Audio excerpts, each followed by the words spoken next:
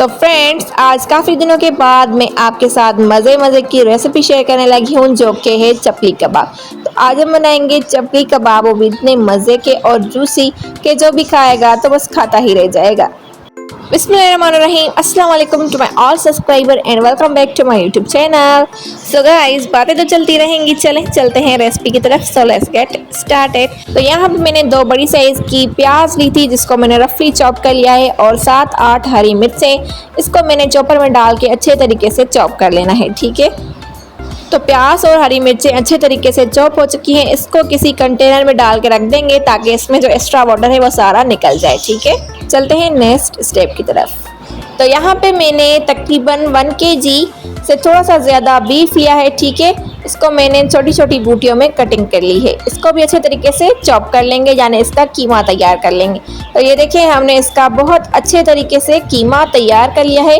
तो हमारा बिल्कुल स्मूथ सा कीमा तैयार हुआ है। चलें इसको बाउल में शिफ्ट कर लेते हैं और चलते हैं मसालों की तरफ। तो कीमे को हमने बाउल में शिफ्ट कर लिया है। अब हम इसमें ऐड करेंगे वो प्याज जिसको हमने अच्छे तरीके से चॉप कर लिया था चॉपर में। ये देखिए, इसका हमने पानी बिल्कुल निकाल लिया है। ठीक है, ये बात आपने याद रखनी है कि प्याज में पानी बिल्कुल भी नहीं होना चाहिए और ना ही आपके गोश्त में पानी होना चाहिए। अगर पानी होगा तो कबाब आपके टूट सकते हैं। इसलिए आप मीट को और प्याज को किसी छन्नी वाले कंटेनर में डाल के रख दीजिएगा ताकि इसका जो एक्स्ट्रा वाटर है वो सारा निकल जाए। देन हम इसमें ऐड करेंगे तकरीबन 2 टीस्पून भरकर लहसुन अदरक का पेस्ट, थोड़ा सा फ्रेश हरा धनिया शामिल करेंगे, 1 टीस्पून चिली फ्लेक्स डालेंगे, और 1 टीस्पून हम इसमें शामिल करेंगे साबित धनिया, और 1 टीस्पून हम इसमें शामिल करेंगे ज़ीरा पाउडर।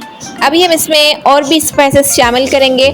यहाँ पे हम शामिल करेंगे 1 टीस्पून ब्लैक पेपर, 1 टीस्पून नमक, हाफ टीस्पून ड्राई धनिया पाउडर, क्योंकि हमने पहले भी धनिया इसमें शामिल किया है तो हाफ टीस्पून ही शामिल करेंगे, और 1 टीस्पून गरम मसाला शामिल करेंगे, हाफ टीस्पून हल्दी शामिल करेंगे कलर के लिए, इसमें अच्छा सा कलर आएगा। और अब हम इसमें ऐड करेंगे 4 टीस्पून के करीब बेसन। ठीक है, इन सब मसालों को डालने के बाद हम इसको अच्छे तरीके से मिक्स कर लेंगे। जितना आप इसको अच्छे तरीके से मिक्स करेंगे उतना ही कबाबों में ज़्यादा मज़े का फ्लेवर आएगा। ठीक है, तो इसको अच्छे तरीके से आपने मिक्स करना है।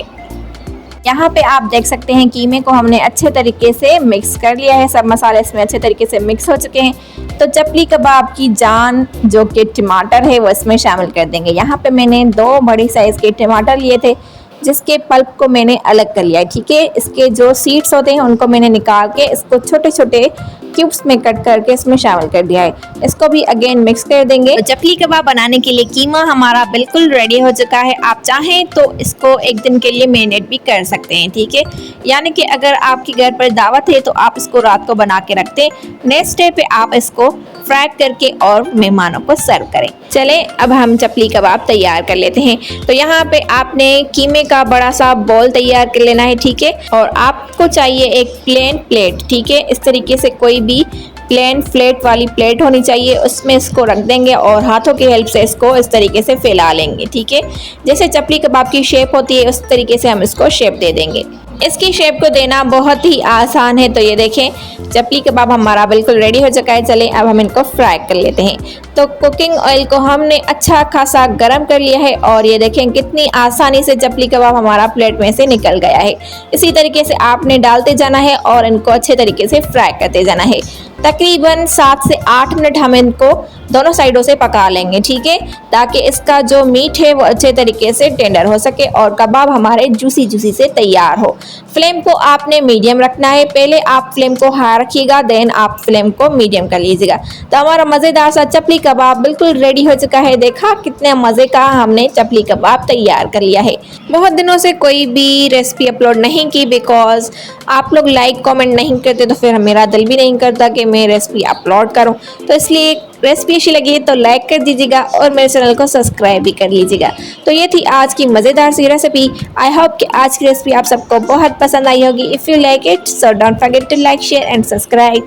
इसी के साथ मुझे दीजिए इजाज़त, फिर मिलेंगे एक न्यू रेसिपी के साथ। तब तक के लिए अपना बहुत सारा ख्याल रखिएगा और मुझे अपनी दुआ में याद रखिएगा। हमेशा हंसते मुस्कुराते और मेरे रेसिपीज़ को लाइक करते रहें। बाय बाय, अल्लाह हाफिज़, thanks for watching, take care, subscribe for more recipes.